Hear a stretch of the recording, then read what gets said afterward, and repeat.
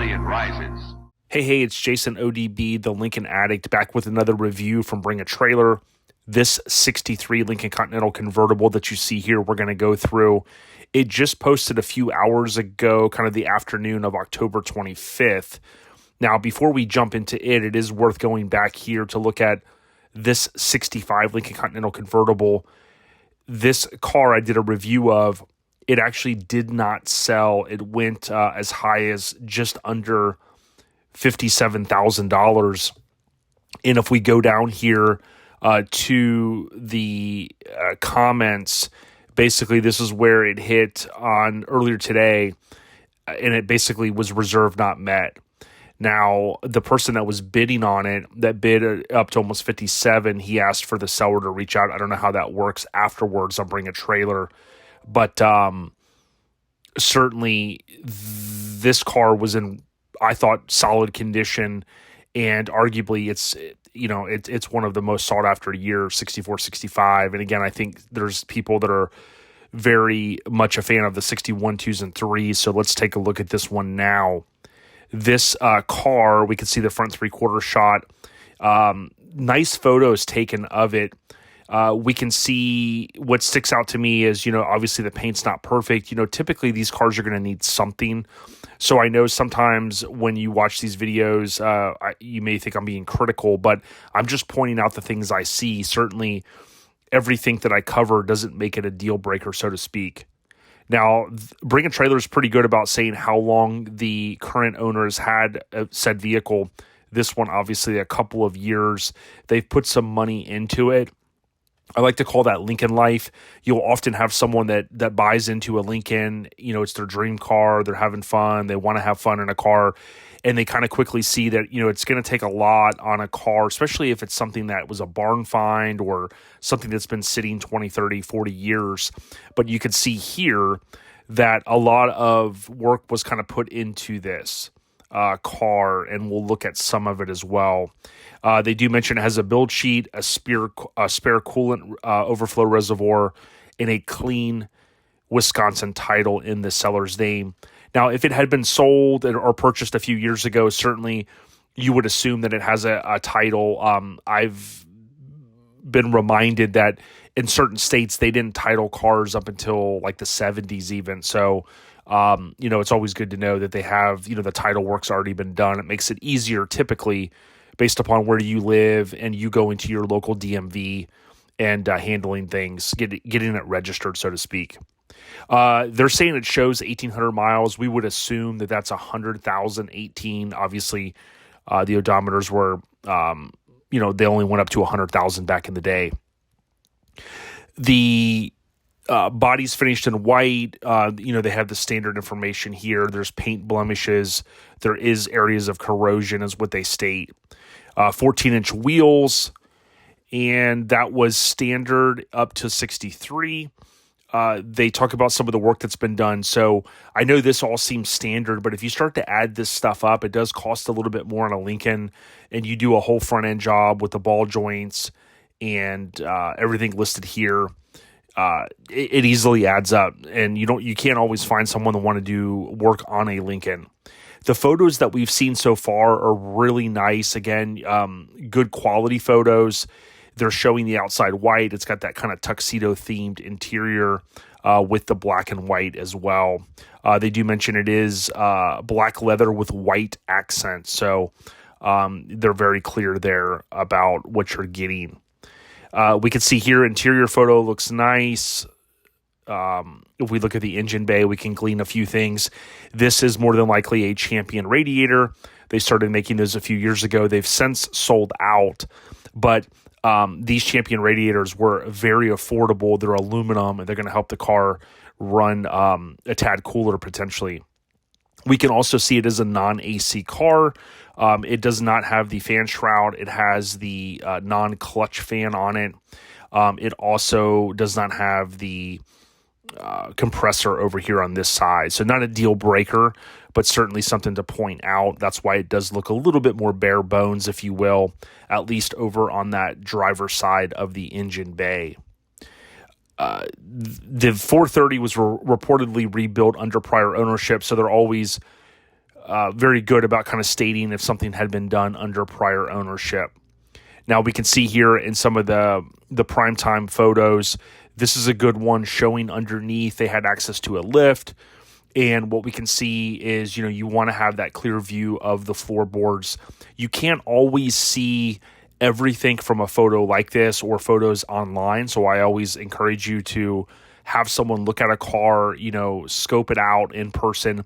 But certainly having these photos is key. And I think this is a really good listing. What we can see, though, is the exhaust looks very old. Not a deal breaker. Certainly you can find places in town to redo your exhaust. But that's something that I would recommend on this car if I were to purchase it. This is basic information here. They do mention corrosion is visible on the underbody. Again, another great thing, Bring a Trailer is really good about obtaining this photo here, which is kind of that plate in the door. And the key thing here for us is we want to know 41. That's Chicago, Illinois. And, that could be a little concerning depending on if a car was really thrashed and really driven in the winters, those harsh winters with the salt and snow and things like that. Certainly, that's not where it's not 100% given that was the case, but it would just make me want to investigate the undercarriage of the car and look, and we'll do that a little bit more with some of the photos. This is a build sheet is included with the sale and a spare coolant overflow reservoir. Now, in this, they do provide one video, and we can see a little bit of smoke coming out here. This could have been on a fresh startup. As you know, sometimes a car will smoke a little bit upon startup, but typically you wouldn't want to see the white smoke after that, kind of that initial setup or startup, if you will. What we can see here is, I'm just going to kind of narrate this briefly. There is a person in the car with his foot on the brake, so that's good. You guys have heard me talk about that, the importance of not letting these cars idle without a foot on the brake, because they can fall into reverse, so to speak. We can see here they do the top-down cycle, and it pretty much works flawlessly. The windows are already down. Bring a Trailer then probably says we need a top down and a top up, so that's fantastic. This is showcasing that the deck lid is closing as it should. We've got some driving video, kind of some B-roll type stuff here, which is fantastic, showing the vent windows, showing the rear windows, all the windows work, and they also show the auto drop on this side. I don't know that they showed on the other side, but certainly it works on that side. The window was a little slow, and that's typical in these cars, because if somebody hasn't taken the door regulator apart and kind of cleaned and greased, you got to think some of that grease this is a 60-year-old car now. And we see it all the time where those tracks have to be cleaned and re-greased and stuff. But that slowness of the window doesn't always mean it's a bad regulator. As we go through these photos, obviously the first thing that points out is it's a 63. We know the 63 is a little different than 62, and the 62 has more of a rectangle shape in the grille openings, whereas you can see here in 63, you got those smaller squares. So that's usually the tell, so to speak, when you're comparing these side by side or looking at a photo online. You're going to see blemishes throughout the car, and again, I don't think that's a deal breaker at all. I briefly reviewed this one before I started this video, and the feeling that I got is it's basically driver quality. This is the only main area of concern that I see in this rear quarter panel. This I wouldn't say is a deal breaker. I would want to see potentially how much mud or Bondo had been used in a car like this, if any. We'll see some traces of potentially that a little bit later. But this you can take to a metal person or a body guy, if you will, and they could easily cut and replace this one piece. If you've been around cars a long time, you know there's going to be sometimes areas of concern like this. My main thing would be you would want to make sure that the whole car is not plagued with issues like that, if you will. And we did, of course, see underneath the car a little bit. So we got a little bit of at least a good feeling of that maybe it shouldn't be too bad. What we can see here is just they did a good job with the photos. I love the doors open and things like that. It's going to give that kind of elegance, and it's going to reinforce, why you might want to purchase a car like this. We'll see some closer photos up underneath of the deck lid. As I've stated in the past, these deck lids can be a challenge where they, basically hold moisture in here, and eventually they need to be either dipped, or you have to have somebody really scrape out all that stuff. But that is kind of typical on these cars. The hood doesn't look too bad, but again, it can also have some of that same corrosion, and that is, to our understanding, based upon the adhesive that was used between these skeletons and the outside skin, if you will, of the deck lid or hood. They're very upfront about the imperfections here and there, and I think that that's really key. This is one of the better photos that we get in terms of that rear passenger quarter panel. Again, maybe an area of concern, but if it was a body person, they're going to cut up to this point. They're going to reshape this piece, weld it in, and you probably wouldn't even know that it's been changed. Now, I am not a paint or body person. What I can see here and glean is, there's potentially some filler in here. And my only thing would be, this car, I think overall looks nice, and it probably runs and drives nice. We've seen the videos, but my biggest, question would be just making sure that it's not full of mud or Bondo, if you will. You've heard me possibly talk about in the past, if you've a return viewer, of these corners of the doors. They're kind of known to do a little bit of this, as well as this, what they call the dog leg. Not a deal breaker by any means, but again, they're showing some of the imperfections. This door looks like it's sagging just a little bit. Typically, you don't really see that a lot. I would want to make sure the door is shut properly and whatnot, but that could be, and you can kind of see there, it is sagging just a little bit. That could be just being a little picky, but I would want to just kind of see what that's doing. We don't always see a photo like this, so this is good. It's showing, of course, in up to 63, they had the fuel filler through the back here. So it was not on the rear quarter panel like they went to in 64. So I haven't really talked about that. You can see a little bit of corrosion in here. It's good to maybe investigate a place like this, a spot on the car that, typically is not seen, to see, hey, is there anything that you can kind of glean from it? They do a good job of showcasing underneath the doors. This is an important area to look. You could typically have rust in here. You could also have some crunchiness in here. It's hard to tell here how bad the doors really could be. I don't think they're too bad. I've seen some pretty bad doors in my time. And, these may not be perfect, but they're certainly not the worst I've seen. You can see some rust or corrosion here. A lot of this stuff is being super picky, because what I would tell you is, if you were looking to buy one of these cars, you have to kind of determine, do you want to maybe buy a car like this that you can get for a good deal, turn the key, cruise out with your friends and family, and then over the course of time do a semi or full restoration? Those are the things you have to plan ahead for, in my opinion, because, you could easily put $150,000 in this car if you wanted to. But you have to make those decisions, in my opinion, first, before you kind of dive in and convince yourself or your significant other to make the purchase. These pods I've talked about, I want to do a video in the future. This almost looks like a coating. And believe it or not, this is from the factory. And after all these years, it kind of tarnishes like this. And you can actually take the triple or quadruple zero steel wool that you could pick up from like a hardware store, and some Brasso or various other polishes. I always use Brasso. And it will actually kind of clean this layer of film right off, and it will look like it's been polished very, very nicely. These aren't as hard, my understanding. I haven't taken a dash apart in a 1, 2, or 3 anytime recently, but I don't think it's as tough to take these apart as the 64, 65. So you could kind of take these pods out and, polish them up if you wanted to do that. That's an option. But you can see kind of it has the character, I think is a good word, of being an original car for the most part. It's certainly not perfect. It's not a full-blown show car, but it has a very good, I think, appearance in terms of, what you'd be getting.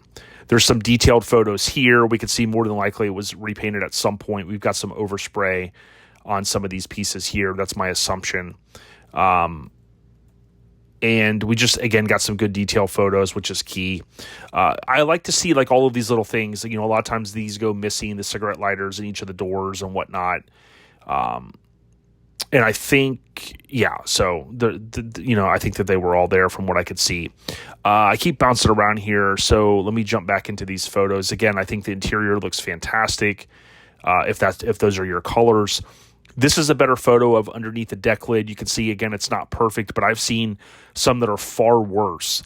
But certainly you can detail this up. There's a little bit of, I don't know if this is grit and grime or some paint or whatnot, but if it was me and I was there, you can kind of take the palm of your hand and tap around the skeleton, and you can kind of listen. I know John Cashman's done this as well. When you do that, you'll kind of hear some rust in there, and you can kind of tell how bad potentially the rust is. With an update of a trunk kit, the trunk could look really awesome. You can see this one's kind of just that dinginess. This setup here, the upper back panel switch and everything, it was on the driver's side up until 64. So in 64, it moves over to here. So that always kind of throws me off a little bit.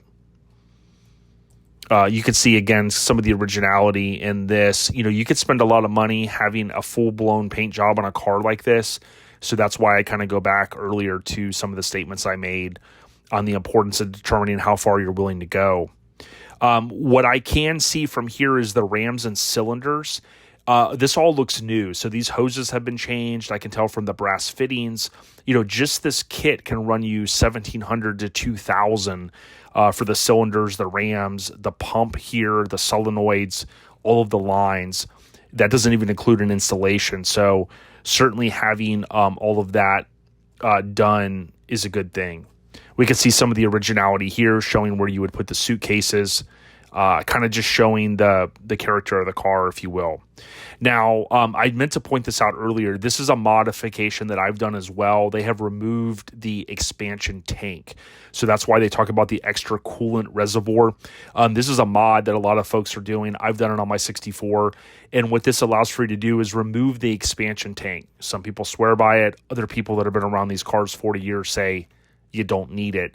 And certainly I've never had a challenge, but basically what that did was, since there's not a fill cap here on the radiator from the factory, you normally would fill through the expansion tank. You basically end up adding in this hose, and then you have a fuel or a filler neck, if you will, right there. We can see it does have the single reservoir, which you've heard me talk about the importance of updating that to a dual. It also has the correct 3-port mechanical fuel pump. However, if you see here, these are not invisible lines. The lines have been disconnected. It appears the line is coming right here. They've added an electric fuel pump. And that's not necessarily a bad thing. The mechanical fuel pumps will work fantastic. But sometimes folks want to have it where you turn the key and then the electronic fuel pump towards the back of the car kicks on, and it just basically pumps the fuel to the front, and then you end up disconnecting this. You leave it there because you would have to have a block-off plate in order to fully remove it. So there's no exposure there. It does look like it has the 1406 Edelbrock, which is a popular update from the original Carter. And you can see, because the factory setup is not being used, you basically have the fuel line coming in here, and then you've got your newer style fuel filter. Not factory accurate, but not a deal breaker. It's actually comes in the kit with the Edelbrock, which is good. It looks like they have the electric choke set up, hooked up, so that would be good for cold start, certainly. And there's the radiator, there's the cap, there's the battery. These are the rams, and then you've got the cylinders. So all of that stuff, again, these I actually put the top up and down. So that's good. In closing, we'll just take a look at a few more photos. I mean, again, I think they did a great presentation with this car. Although this car may not be $100,000 Lincoln, it certainly presents well, and they've provide a lot of detail on what's been done. These are those steel, or in some cases built aluminum, the 3 mounts for the steering box, and that's what they mentioned earlier. Looking underneath here, to me, it looks like you've got that standard texture. Nothing's been scraped, nothing's been hidden. To me, it looks pretty solid in the photos. I'd like to get you guys' take if you're seeing anything that I'm not. Of course, you've got a couple of chipped items here, but typically, some people will start to change out all these bolts and all that. All that stuff looks factory. So if this car did stay in or around the Chicagoland area / Wisconsin where it's at now, it certainly doesn't look bad. This is something I haven't really talked about, but on the apron, there's this stamp, and this is the VIN number. And what they're basically showing you here is it matches this number. So in the event that anybody was ever trying to do some fishiness, you can always go inside the apron there. Let me know what you think on this one. I think it's a solid car, but here's the last thought I would have. If this 65, that was, in my opinion, a pretty nice car, real nice. My guess was it was going to go 60 to 70. It almost hit that. If this hits 56, the quality that it's in compared to the 63, not knocking it, unless someone really has it in their heart to have a 63, I don't see the 63 hitting that 56,000 number. That's my opinion. Let me know what you guys think. Thank you so much for the support. Stay on the rise.